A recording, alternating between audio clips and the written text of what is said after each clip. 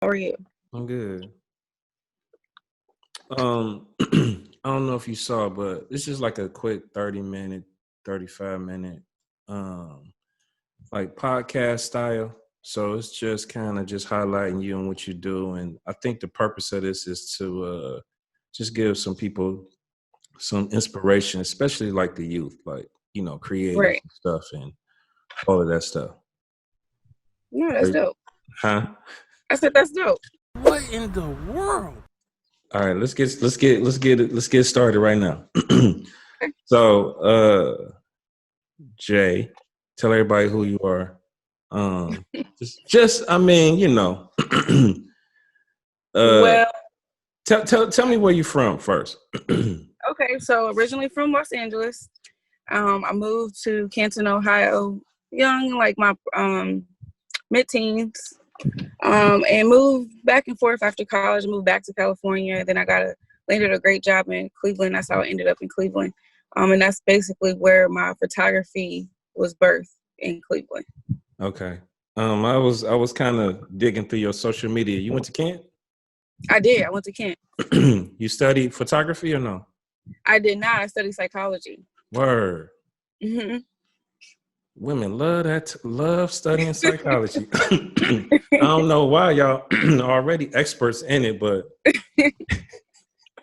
Never. But no, I'm glad that I did study psychology because it helped me with the interaction with people. right.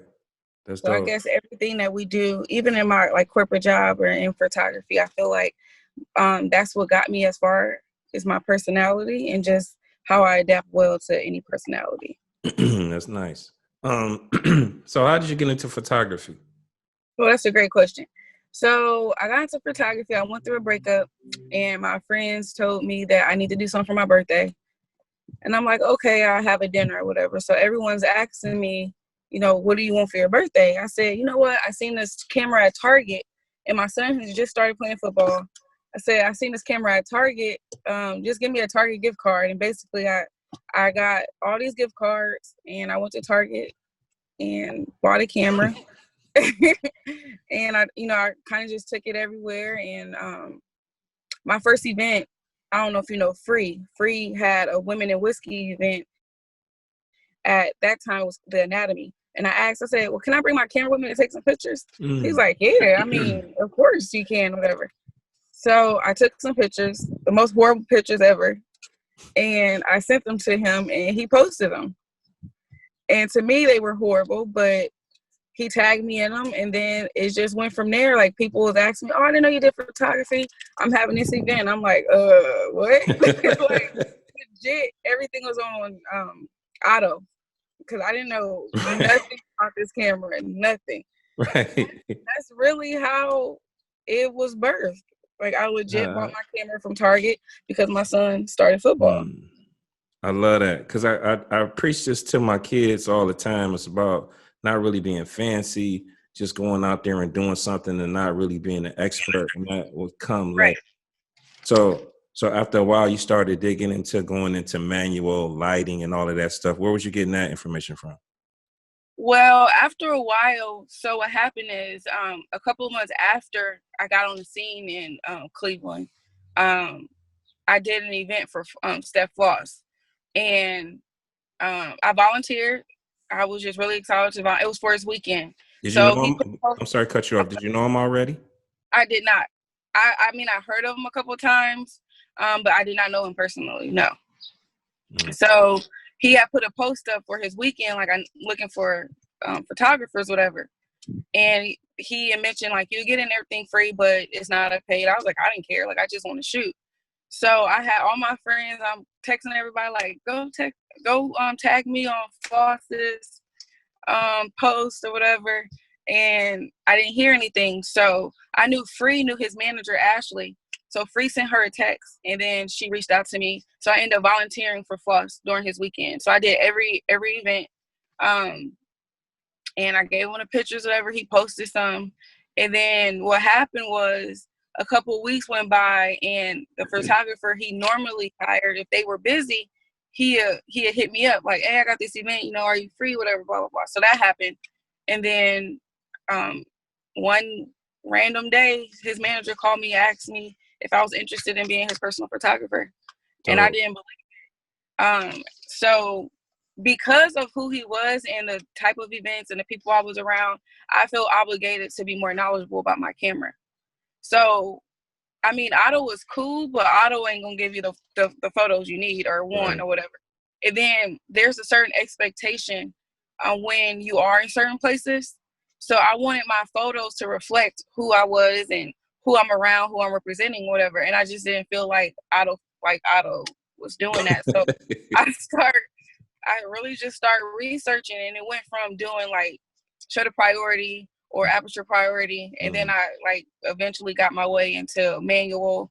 I remember the first time I bought my external flash and I seen the difference in my photos. I'm like, oh my gosh. So I think the more you see yourself progress, the more you realize like, you got to invest in it. Like, it's like one of those things where you get that adrenaline, like, yes, this is what I'm doing well. So that's really how I kind of transitioned into the manual. Dope. I love that story. I always preach this too. It's all about giving, like give.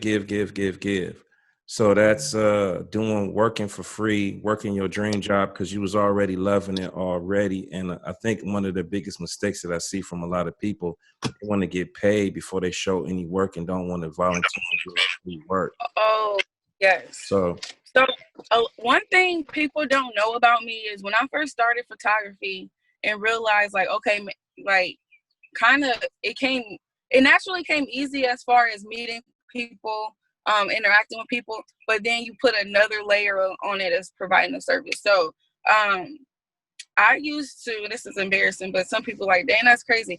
But I used to go on Eventbrite and I used to search through events for Cleveland, Akron, and Canton. And I used to contact people for their events, telling them I'm just starting. Like, if you need a photographer, I volunteer, whatever. So my goal was at least contact like 10 to 15 people a day. So I used to do that. I did that for months. And people ask me all the time, like, how did you get so far? Like, how are you everywhere? And I'm like, if you only knew, like a lot of things I did, it was just to get that experience. It wasn't even the exposure.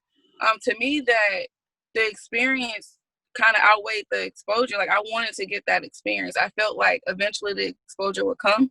But if you don't have the experience, like, it doesn't matter how much, because what happens, you become this big name and the expectation becomes greater. yeah. That's gold. I mean, I like, we've been talking for 7 minutes. I mean, we could just wrap it up. I mean, it's so much.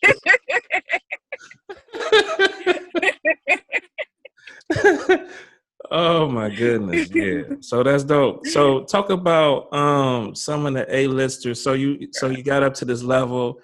I seen you taking pictures of my top 5, Jadakiss. Just the list goes on and on and on. Please talk about Nipsey Hussle and taking pictures of him, please. So this is so crazy. So I am from LA. Nipsey Hussle's grandmother lived around the corner from my uncle. So I knew Nipsey Hussle growing up. Like, my older cousin, her and Nipsey went to school together. I didn't like know him as well as she did, but I remember him growing up. I was younger than them. But I remember, I think it was maybe a couple of months prior to the opportunity of Nipsey Hussle, Facebook status, I said, I don't know what I got to do, but I want to shoot Nipsey Hussle. And then I found out like he was coming to Cleveland or whatever. And Floss was a DJ, and obviously I had to be there for him. So shooting Nipsey was a manifestation of mine. I think that's why I took it so hard and so personal. It's because it's like, geez, like, anything could have happened in between the time of me wanting to, but God seeing fit for me to shoot him. Like, and just that experience with him in Lauren, London, like his aura, just his demeanor. He was very excited that I was the only woman there. She was very excited that I was the only woman there. There were tons of shooters. He specifically made sure I was in a spot to get him. It was just a great experience. So that's definitely one of my top 5. Jadakiss been my favorite rapper since I was a little girl. I went on tour with him. The opportunity was crazy. Terrell Owens, I was his personal photographer. That was very crazy. My initial goal is to be an NFL photographer. So I got a question for you. Talk about like your pricing and how you came up with, I know we got to start from somewhere, and how does that pricing evolve? Where'd you get your information, research, and how do you step up in the ranks? Yeah, I know that's a topic because I got a lot of young photographers and they super talented, but getting contracts and pricing and all of that stuff. Can you get into that? yes. So honestly, to this day, that's still the biggest struggle for me is pricing. I feel like the reason why it's the biggest struggle because I don't do photography for the money. However, understanding my position is a little different. Like I'm learning this skill and it happened so fast and it became a business so fast. So I had to get business minded. I had to research. So pricing, oh Lord. So for me with the events and stuff, like mainly like we're working with Floss for instance, we had a contract, so we had a set price for certain things. And then outside of that, if like clubs or something hire me, I think when I first started, it was like $50 an hour. Or like can you come for a couple hours and they give me like $100. Now I'm more set on I don't do anything under $100 an hour. Why? Because I know my portfolio and I know the product in which I'm capable of, and my delivery time is fast. But you have to research your market. There's not a lot of event photographers in Cleveland. There's probably like a couple of us, and I literally just stopped doing nightlife and clubs and stuff like that. So the pricing will always be difficult. I'm gonna be honest. So with the big things like going on tour with Jadakiss and stuff like that, there's a certain budget. They give you a budget. The record label give you a budget, and it's either you accept that budget or you don't. Luckily for me, it was good. It was good. But for example, doing some other things for some bigger names, it was a compromise. The bigger the name, sometimes they don't feel like they have to pay because there's so many people out there with a camera. Like photos will come free to them. So the fact that a lot of these people specifically wanted me, it worked in my favor. But I met them halfway too. But pricing will always be difficult. I know the easiest thing to price right now for me is weddings because it's so demanding, it's so big, it's easy to research. But like family photos and stuff, it's difficult. Can you talk about challenges of being a woman in the game too? Lord. So as I've mentioned, a lot of the people that I've mentioned that I work with are males. And as I mentioned, sorry, hold on. Hi. Oh, but you can't answer my.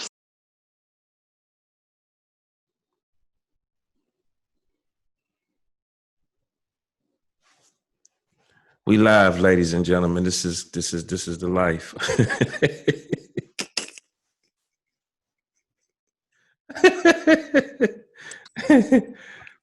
I'm on mother too, and Ty just left the dentist for his braces. No, it's cool. It's cool. It's cool. I like it. I like it. It's just like real. We're just real right now. So that's what I like. So regarding being a woman in this industry, like I said, my goal is to be an NFL photographer. Also, a lot of my clients and the people I work with are males. Like a lot of my clients are male. There's very rarely that women hire me, unless it's things such as like an event, baby shower, headshots and things like that. But my bigger things, I'm hired by a male. Originally, when I started, it was very different for me. And like I mentioned, I'm a mom. I'm still in corporate America. I'm an educated woman. I wanted to be respected from out the gate. I didn't care. So I dressed a certain way. If anyone ever see me at an event, it's oversized shirt, leggings, and some sneakers. I'm actually known for wearing sneakers, like the girl that's shooting wearing sneakers. There were times where I was asked to dress like a bottle girl. There were times asked I need to dress a little more revealing to, I don't know, I don't know why I'm the photographer. No one's looking at me. People are looking at me to take their photo, not necessarily me. It was some times where I was in an uncomfortable situation. I just had to remove myself from it or decline some offers, no matter how much they were paying me. It is very difficult being a woman in media.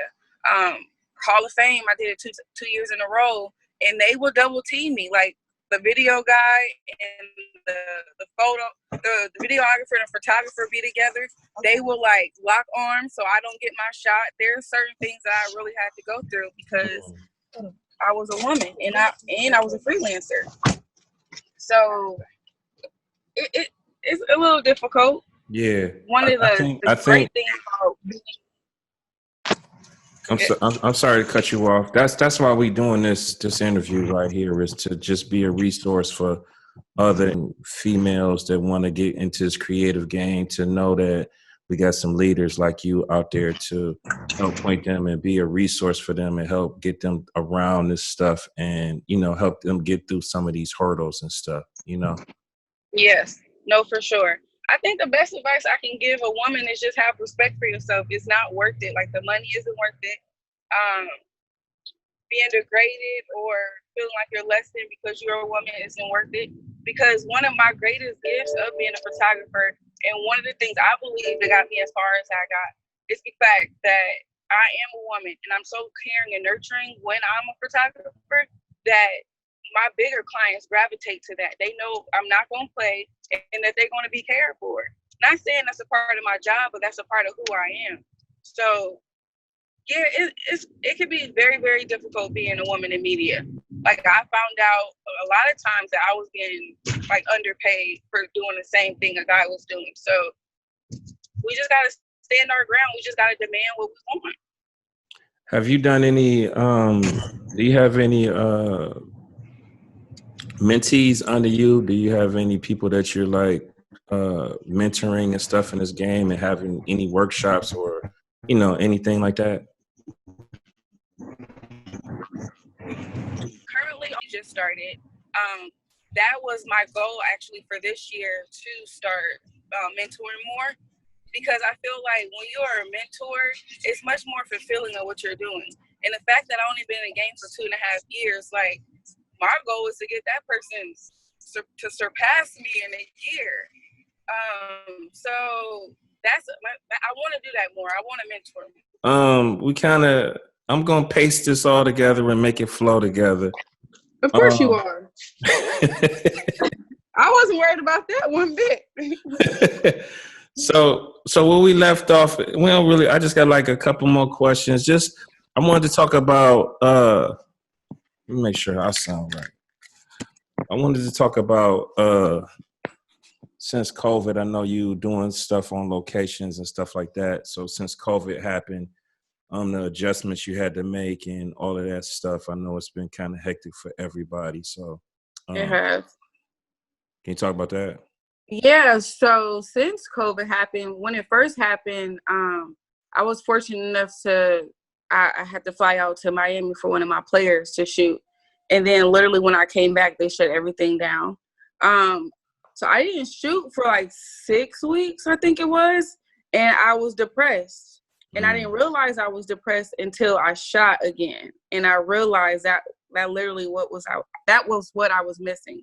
So I was fortunate enough to go to Houston to work with a couple. It was their 10-year anniversary, and shoot with them for 1.5. We did 10 photo shoots in 1.5 days. Donovan? Donovan Boyd and Dominique Boyd. And it was like exactly what I needed. It wasn't your typical shoot. It was creative. It was emotional. A lot of personalization and connection that happened. So when I came back in my post-processing, I was just realized like, wow, like I've been doing events so much that I didn't realize like I am a true creative and I like to create. I like telling stories with my photos. So I definitely needed that. I'm starting to shoot again at least once a week. So I'm doing updated headshots and stuff like that. I'm staying away from events. I'm not really doing too many events right now. You said why? Yeah. Just I don't feel comfortable with a whole bunch of people. Okay. I think just the psychological part of it, of what's going on with COVID. COVID is still here. And just I still get like anxious when I'm around a whole bunch of people, just because I know people that passed away from COVID. I know people that still having complications due to COVID. So I take it really serious. So I Cool. Yeah, decided thank not you. to do a lot of events. And prior to COVID, I stopped doing a lot of nightlife and parties and stuff like that. Got you. I just Like, felt like, I'm go sorry to ahead. cut you off. I think you was kind of saying like, yo, you kind of saw something in you, like your creativity changing from just taking shots at people at the club and all of that to really doing some creative work with some Mm-hmm. personalized work and stuff. Can you talk about like where you get your inspiration from and where you kind of, get, you know, is it movies? Is it music? Is it other photographers you look up to? Can you talk about some of that?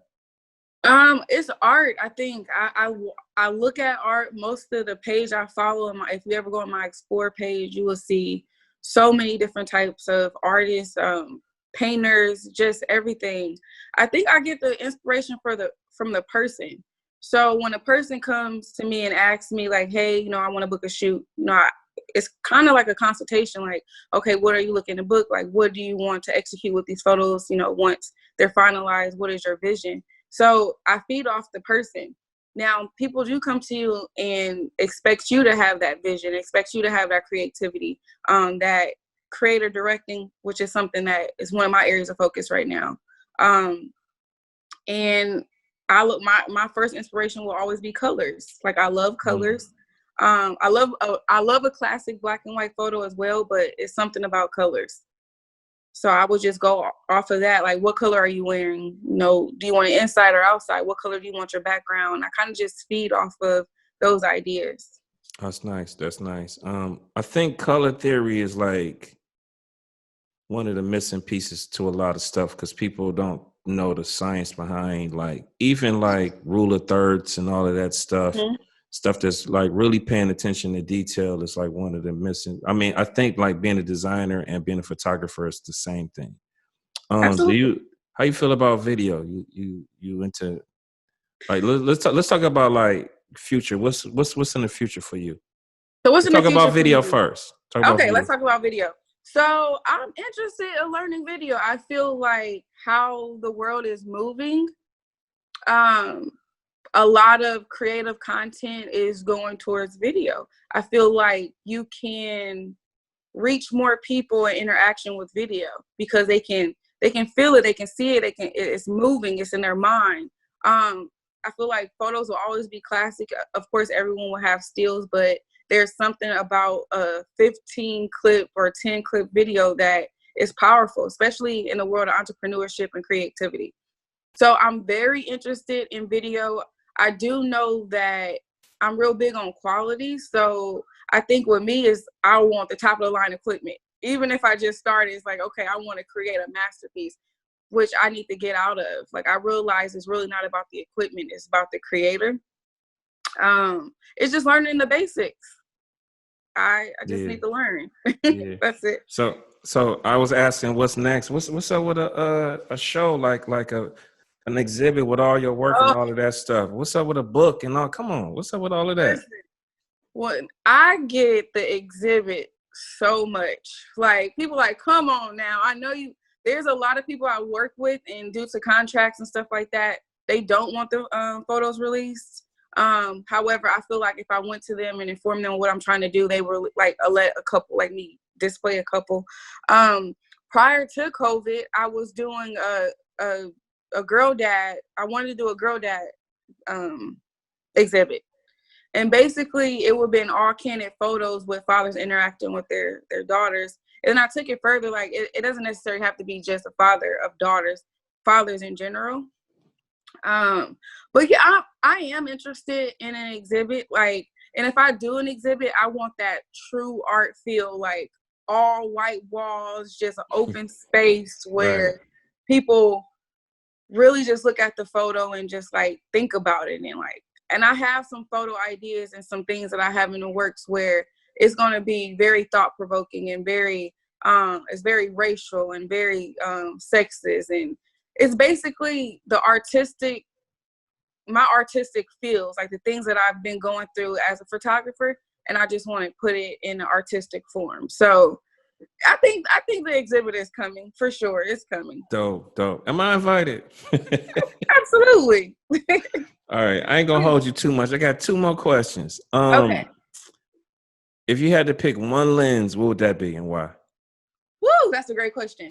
One lens. Ooh, I picked the 24-70. 24-70. I just So feel why? like Because it's so versatile. It's just so versatile. You can do so much with it. Like from a headshot to a whole event is wide enough. It's a great lens. If I only had one lens in my kit, it would be a 24-70. Dope. I need to get one. I'm still shooting with a with the one that came.